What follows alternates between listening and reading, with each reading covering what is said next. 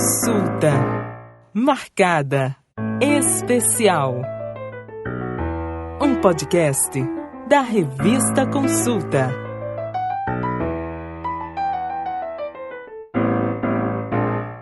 Se você não é um profissional da área de tecnologia, provavelmente a sua lembrança mais forte envolvendo segurança da informação seja o caso do escândalo envolvendo as eleições americanas e a empresa Cambridge Analytica. Dados de milhões de usuários de redes sociais foram vazados e utilizados durante a disputa. Mas a verdade é que essa necessidade de ter cuidado com as nossas informações pessoais é bem anterior a esse episódio. Eu sou José Oliveira, diretor do site Revista Consulta, e estou aqui para falar com você sobre segurança e privacidade de dados em empresas de saúde, no podcast Consulta Marcada Especial. Esse podcast é uma parceria entre a Revista Consulta e o Business Impact Office.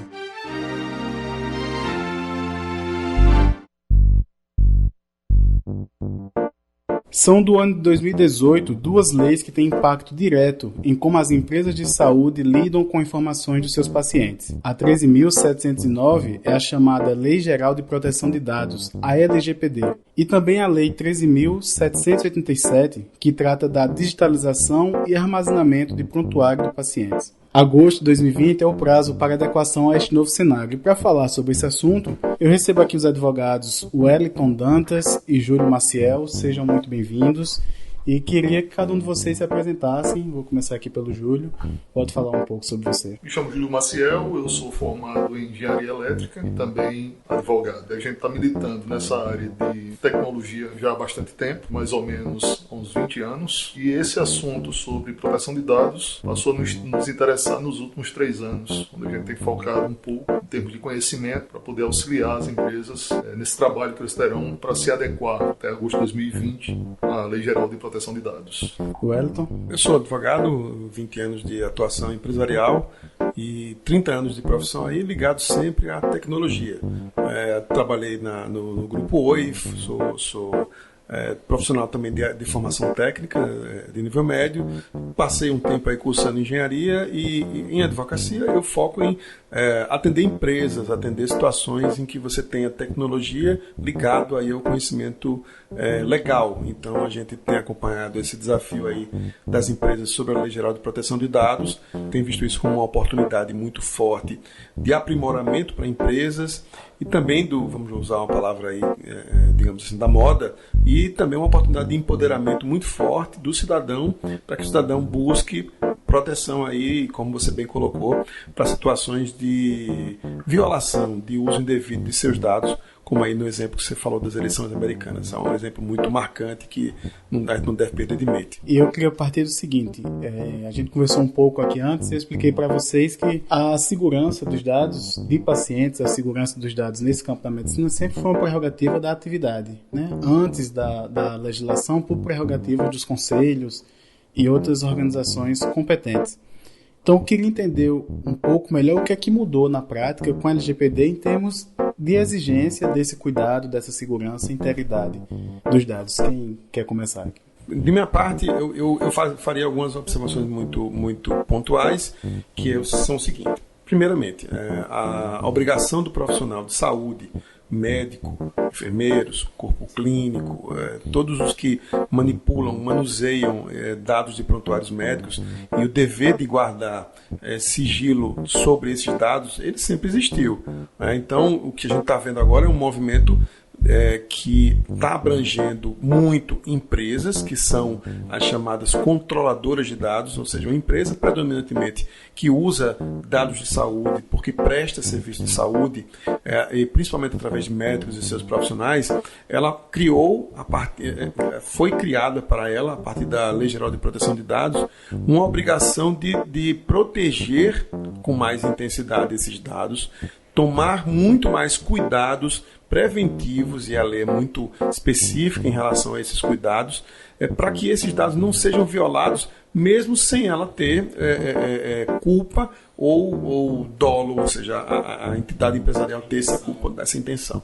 Então ela faz com que as empresas controlem essa privacidade e essa proteção de forma preventiva, ou seja, traz uma responsabilidade objetiva para elas e coloca na mão do cidadão, no caso o paciente, o poder de questionar quando ele tiver dúvidas se os dados pessoais, no caso de saúde, você está falando de dado clínico, dados de saúde, doenças crônicas, sexualidade, problemas psiquiátricos, eventualmente. Então, o cidadão pode questionar a empresa, ferramenta que ele não tinha antes. Olha, o que você está fazendo com meus dados? O que você dispõe de informações sobre mim? E com quem você compartilha esse dado? Eu não sou mais teu paciente e preciso que parte desses dados aí que você não está se obrigando a guardar, a arquivar, você destrua.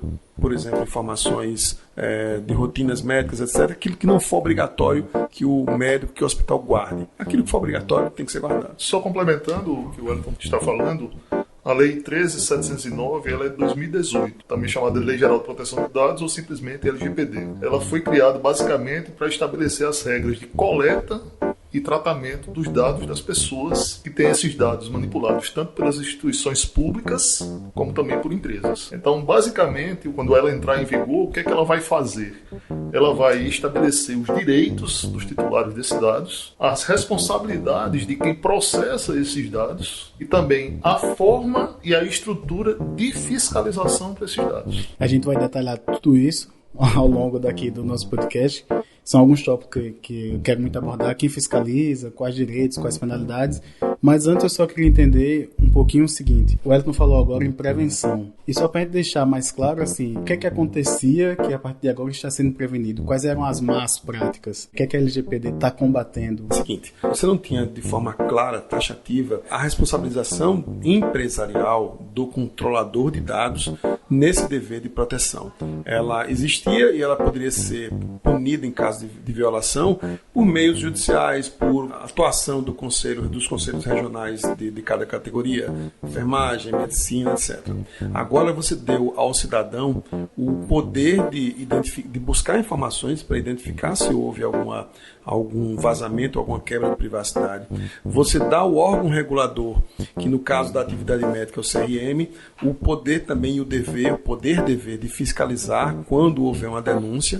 Você tem uma estrutura nacional, que é a Agência Nacional de Proteção de Dados, mas que não vai ter perna para chegar em cada canto do país. Então você vai ter ali estruturas intermediárias, no caso da área de saúde, você tem conhecidamente os conselhos de classe. Né? E você também tem, por exemplo, o CRM como uma instituição, um conselho que também abrange o registro das instituições médicas, das empresas, das pessoas jurídicas. Então, a partir da vigência da lei, agosto de 2020, toda a conformidade, toda a prevenção a uma violação de dados tem que ser objetivamente tratado e disciplinado dentro de uma empresa. Por exemplo, revalidar, verificar se a parte de tecnologia da informação, informática, está seguindo todo o roteiro de proteção antivírus, anti-invasão, se há controles computacionais sobre quem acessou um determinado dado, um prontuário de saúde. Deixa eu dar um exemplo bem claro. Imagina que você tem num hospital 12 médicos e você tem ali 30 enfermeiros e outros profissionais que estão ali em apoio ao médico. E você tem um sistema que gere ali a atividade de saúde, e você imagina que você tem ali 12 médicos, 30 enfermeiros, são 42 pessoas com capacidade de acesso completo a um prontuário de saúde. Ora, um acesso ao prontuário de saúde por completo, ele tem que ser restrito prioritariamente ao profissional médico. Enfermeiros, eles têm acesso àquilo que é necessário, que é pertinente à sua atividade, à sua ação dentro da atividade hospitalar, né? E você imagina que você pode ter até mais pessoas dentro de um hospital, o maqueiro, você tem ali um auxiliar de enfermagem, você tem uma pessoa, um radiologista, que eventualmente podem estar com um sistema com o mesmo nível de acesso ao médico. A questão é, de fato, os níveis de autorização. A gente entende que cada atividade dessa precisa de algum conhecimento do paciente que ele está tratando. Perfeitamente. Mas a integridade, assim, um nível global de informação é que, eventualmente, só precisa estar à disposição de quem realmente necessita. Necessita daquilo ali. Então, esse tipo de controle, você veja que a gente está falando de proteção proteção e controles. Privacidade, ela é violada também por acessos de hackers, por invasões, mas principalmente pelo ser humano que eventualmente está ali dentro. Eu não estou criminalizando, nem imaginando que o profissional que não é o médico tem alguma má intenção, mas há uma proteção. Você sabe que num grupo imenso de profissionais muito responsáveis, você sempre tem ali uma laranja podre, né? E a empresa, como controladora, a empresa toma a frente dessa responsabilidade. Ela tem que tomar as proteções, tem que adotar as providências para que não haja uma violação de forma grosseira. Nunca você vai conseguir evitar 100% uma violação, uma quebra de privacidade, um roubo, um furto de dados. Mas você tem que ter tomado as providências para aquilo ali ocorra como exceção. Mas, Júlio, continuando um pouco do que o Elton colocou, a gente passa aí a ter uma configuração de terceiros também atuando no tratamento de dados. À medida que a gente tem a parte dos sistemas, às vezes você pega o faturamento que é feito por um terceiro, não é por uma contabilidade própria dos hospitais, das clínicas. Você estava falando agora há pouco, conversando comigo, sobre o que seriam camadas de relacionamento com esses dados, né? Dimensões, na verdade, né? O comportamental, o técnico. Queria que você falasse um pouquinho mais sobre isso. Você consegue imaginar, Josélio, a quantidade de informações que as instituições de saúde hoje precisam lidar? Milhares de pacientes, exames, equipamentos, diagnósticos por imagem, diagnósticos de exames laboratoriais, de exames clínicos.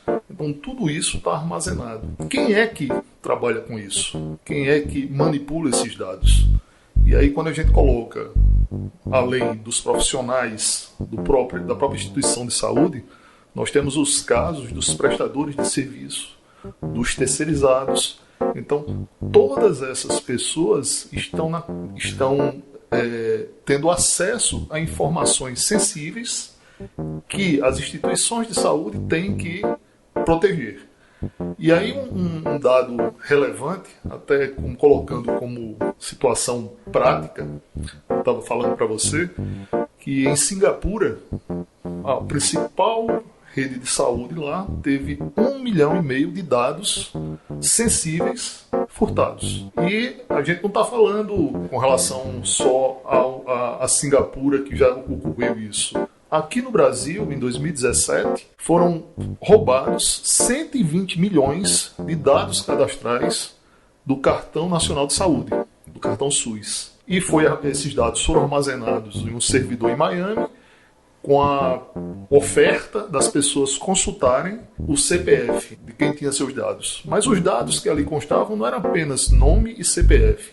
Lá constava data de nascimento, filiação, até o fator RH sanguíneo das pessoas estavam disponíveis. Teve punição nesse caso? Não, nesse caso nós não lembramos se teve punição. Eu sei que o Ministério Público moveu ação civil pública para responsabilizar o Estado, mas não sei qual foi o andamento que foi dado. Como eu estava dizendo para você, se a gente se preocupa apenas com o lado da tecnologia, ela não é suficiente para garantir a proteção de dados. A gente fala que a proteção de dados está montada em cima de uma tríade. Quais são os 3 pilares? O pilar da infraestrutura, onde entra a tecnologia da informação, a parte toda de segurança da informação, a parte de tecnologia, entra a parte de processos e principalmente a parte comportamental. São as pessoas. Se não tivermos esse tripé fechado, as instituições não vão conseguir alcançar o objetivo. O Elton estava colocando agora há pouco um contexto parecido com esse, mas para entender, a responsabilidade é compartilhada quando a gente pega a empresa, contrata uma outra empresa que fornece o sistema. Tem um outro enfermeiro que eventualmente cometeu algum deslize. Como é que fica essa questão da penalidade? Tem um nível ao hospital, um nível ao enfermeiro, um nível ao sistema? Como é que está isso na lei? A lei é muito clara. A responsabilidade de quem possui os dados. Então, quem fez a coleta e o tratamento de dados. Se a instituição conseguir, nos seus processos, demonstrar que a responsabilidade foi feita a partir de um terceiro que tinha acesso ao prontuário médico, a um laboratório que prestava o serviço de exames laboratoriais, isso pode reduzir ou diminuir a penalidade, mas não garante que ela não será responsabilizada. A lei ela não dá essa abertura de você terceirizar a culpa. A solidariedade, como se chama. Exatamente. Ela vai ser solidário no processo. Na verdade, ela vai ser imputada a penalidade maior a quem faz a coleta e o tratamento. Aquele que vazou vai ter uma penalidade pelo vazamento. E em relação à fiscalização de tudo isso, continuam com os conselhos de classe, o Ministério Público? Essa estrutura, inclusive, já está montada em termos de fiscalização? Você tem aí uma responsabilidade ela é irradiada, ela é espalhada. Ela não é centralizada apenas em um órgão ou 2 órgãos. Eventualmente, o Ministério Público, como você mencionou, em situações em que haja prejuízo à coletividade, o Ministério Público ele vai atuar de forma até frontal, até inicial. Mas o dever de fiscalização ele realmente deve ficar com aquela entidade governamental que fiscaliza tal, digamos assim, atividade. No caso da área médica, vamos retornar aí para o CRM, Conselho Regional, que abrange aí as instituições de saúde, né, que são todas registradas no CRM. Mesma coisa, isso se espelha nas demais atividades. Imagina que uma área educacional, você vai ter ali a Secretaria de Educação acompanhando, né, a obrigação de colégios públicos e privados. Você tem ali sempre entidades que estão acima naquela vertical. O Brasil é um país muito regulado. Você foge disso aí quando você vai, por exemplo, para comércio, né? Que você não tem esse mercado livre, você tem ali só o PROCON, por exemplo, PROCON estadual, PROCON municipal, mas na área de saúde ela é bem fechadinha. É engraçado você falar que ela é bem fechadinha, porque da forma como você me coloca, ela parece até aberta demais, assim, porque cada um acaba sendo fiscalizado por um. Isso funciona realmente? Não é importante ter a figura, sei lá, de algum agente regulador que tenha braços com outros órgãos menores? A legislação ela previu e está sendo foi criada, se não me engano, há poucas semanas, a Agência Nacional de Proteção de Dados. Só que ela é uma instituição que vai ficar ligada inicialmente à Presidência da República. Ela é uma instituição que tem braço apenas para a parte regulatória. Dificilmente uma agência dessa que ainda não tem estrutura própria vai conseguir abranger um número razoável de empresas ou de instituições. É muito pequeno o corpo técnico dessa instituição, dessa agência. Mas ela vai lançar normas que vão ser utilizadas, vão ser objeto da fiscalização pelo sistema público aí de fiscalização. Você tem muito órgão fiscalizador, por exemplo, da atividade pública, prefeituras, né? Você tem os TCS, né? Você tem TCMs, no caso de alguns municípios. A área de saúde, você vai ter aí a Secretaria de Educação, eventualmente você tem interligação de informações privadas e públicas de saúde com o DataSUS.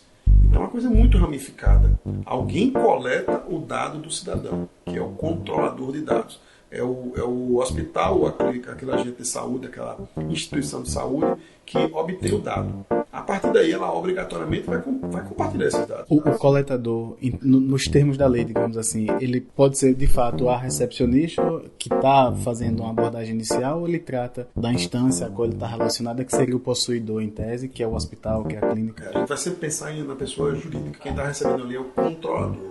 Na medida em que o controlador recebe a informação através de um preposto, um atendente, um auxiliar de enfermagem, um posto de triagem dentro do hospital, então aquela informação foi internalizada, entrou dentro da instituição de saúde e a partir dali ela segue fluxo. Esses dados são compartilhados, por exemplo, através do DataSUS, centrais de regulação. Inclusive porque a gente fala em compartilhamento e às vezes parece até um negócio meio assombroso, mas políticas públicas passam essencialmente pela solidariedade entre esses entes, né? Um DataSUS, quando você fala, para o Ministério da Saúde e outros tipos de abordagem também. Exato. A solidariedade, o compartilhamento de informações é extremamente importante. Os combates a endemias, pandemias, ou quando você está analisando novas formas terapêuticas, novos tratamentos, novos medicamentos, então tudo isso existe um compartilhamento de informações. Isso não quer dizer que com a LGPD esse compartilhamento vai ser brecado. A ciência não está ameaçada. A ciência não está ameaçada, em hipótese alguma. O que está garantido é o sigilo da informação pessoal.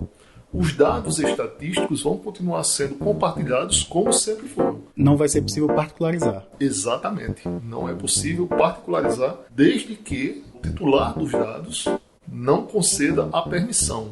Lembrando que essa permissão não é plena. Não pode tudo. Tem que estar dentro dos critérios que a lei exige. Um deles, principalmente que ela veda, Um deles é a não comercialização desses dados. Dados sensíveis de saúde, eles não podem ser comercializados.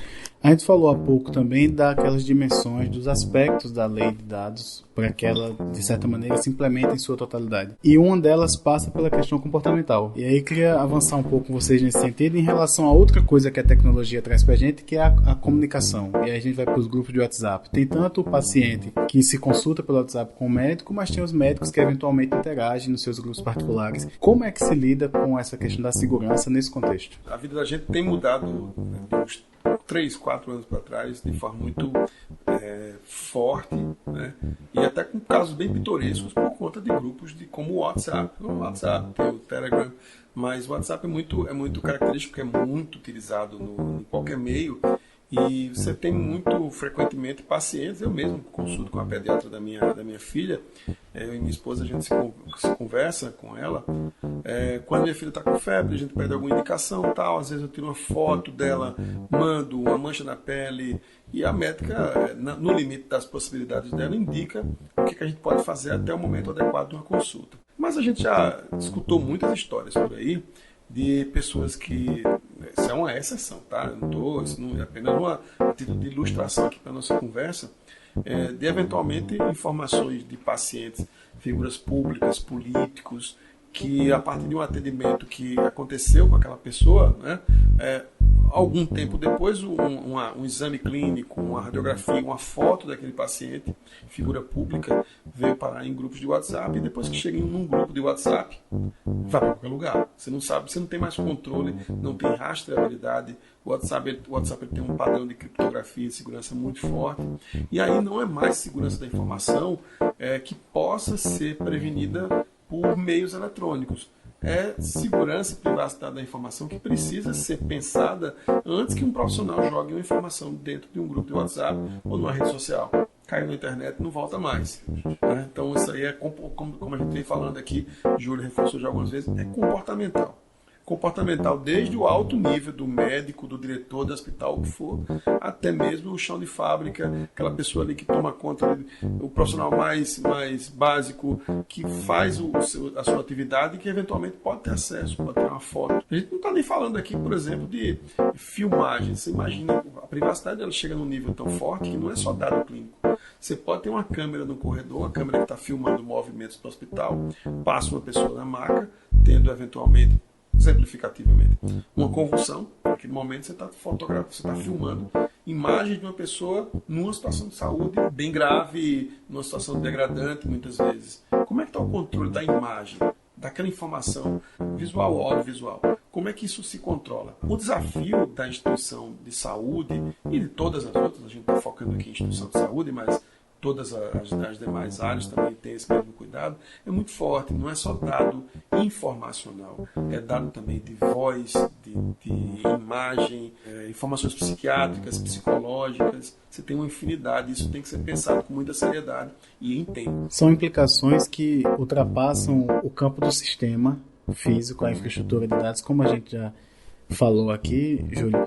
E como é que os médicos, as pessoas com quem eventualmente você já se relacionou, quando elas se apercebem disso, né? Como é que é a reação? O engraçado é o seguinte, José. O setor de saúde está bastante inseguro sobre essa questão do tema. O tema de LGPD. O primeiro questionamento que sofremos quando a gente adentra em um ambiente é: será se o meu sistema está adequado para atender, ou pode ser adequado para atender as exigências da LGPD? Da mesma forma que o médico ele não prescreve um medicamento ou um tratamento sem fazer um diagnóstico pleno do paciente, seria irresponsabilidade nossa, também apenas no en passant, dizer que para atender as exigências da LGPD você precisava apenas adequar o seu sistema, reforçar seu firewall, atualizar os seus antivírus. Na verdade, nós temos que fazer uma análise completa, estrutural, de processos e de comportamento para atender a LGPD. A gente tem que lembrar que as instituições e os profissionais de saúde, eles têm que realizar adequações estruturais e comportamentais, sobretudo comportamentais. Você imagina hoje a questão do WhatsApp que você levantou, que o Wellington falou. você consegue perceber a facilidade que existe hoje dessas informações serem transmitidas em um grupo onde apenas um membro, um profissional ou um prestador de serviço do hospital faz parte. Então, o comportamento das pessoas é que leva a esse vazamento de informações. O sistema ele não vai vazar por si só. O sistema alguém vai ter que contribuir para fazer com que esses dados sejam passados adiante. Muito obrigado pela participação de vocês, Júlio, Wellington. Queria pedir a vocês agora que fizessem uma contribuição final em relação a esse nosso tema de hoje. Eu acho que grande parte dos pontos que pelo menos trazem alguma luz, dão algum norte para esse setor, esse segmento que está precisando realmente reagir com mais rapidez, está precisando sair daquele achismo. Ou seja, hoje em dia a gente tem muito profissional ou meramente TI, ou simplesmente da área jurídica, ou algum profissional que se diz curioso ou especialista, enquanto que essa missão de tornar uma instituição de saúde, pública ou privada, em conformidade com a Lei Geral de Proteção de Dados, ela é uma tarefa multidisciplinar. Não dá para pensar, adequar uma instituição à Lei de Proteção de Dados olhando apenas uma das faces desse desafio. E outro ponto importante, não é um desafio que vai se encerrar apenas com a construção de um plano e com a implementação de algumas medidas. A partir do momento em que você busca e consegue estar com um elevado grau, um bom grau de proteção de dados e privacidade de dados de pessoas, você tem que dar continuidade para que isso não retorne. Essa vai ser uma tarefa, um desafio perene. Então, o desafio inicial é estar em conformidade, é buscar se adequar e depois fazer com que isso se perpetue. E acho que vai ser muito interessante assim, aprofundar em outra oportunidade esse tema aí presencialmente com profissionais da área. Agradeço a atenção. Jocélio, eu queria agradecer primeiro o convite para virmos aqui expor essa questão da LGPD e deixar uma mensagem. Essa regulamentação ela chega para nortear como devem ser manuseados essa enormidade de dados que diariamente inundam as instituições de saúde, garantindo a privacidade do paciente sem prejudicar a necessária troca de informações entre os diversos elos da cadeia. Certamente teremos mudanças significativas, com muitos impactos, porque a lei traz conceitos novos que não vinham sendo aplicados de forma tão robusta e substancial no setor.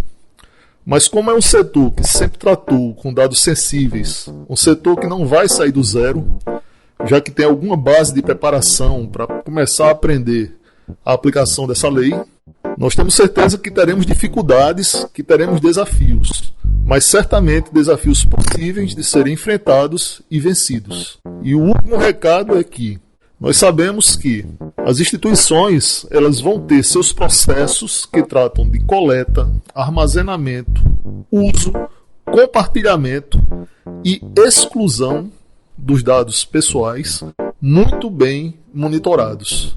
Então, se o comportamento das pessoas que lidam com esses dados não mudar, será em vão tentar aplicar isso nas instituições.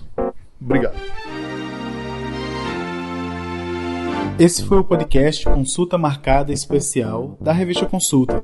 Durante esse episódio, vocês tiveram a minha companhia, Jocélio Oliveira, e a nossa conversa foi com os advogados Júlio Maciel e Wellington Dantas, do escritório Dantas e Dourado Advogados. O tema foi Segurança e Privacidade de Dados em Empresas de Saúde. Se você está nos ouvindo agora, no comecinho de 2020, eu quero me despedir fazendo um convite especial.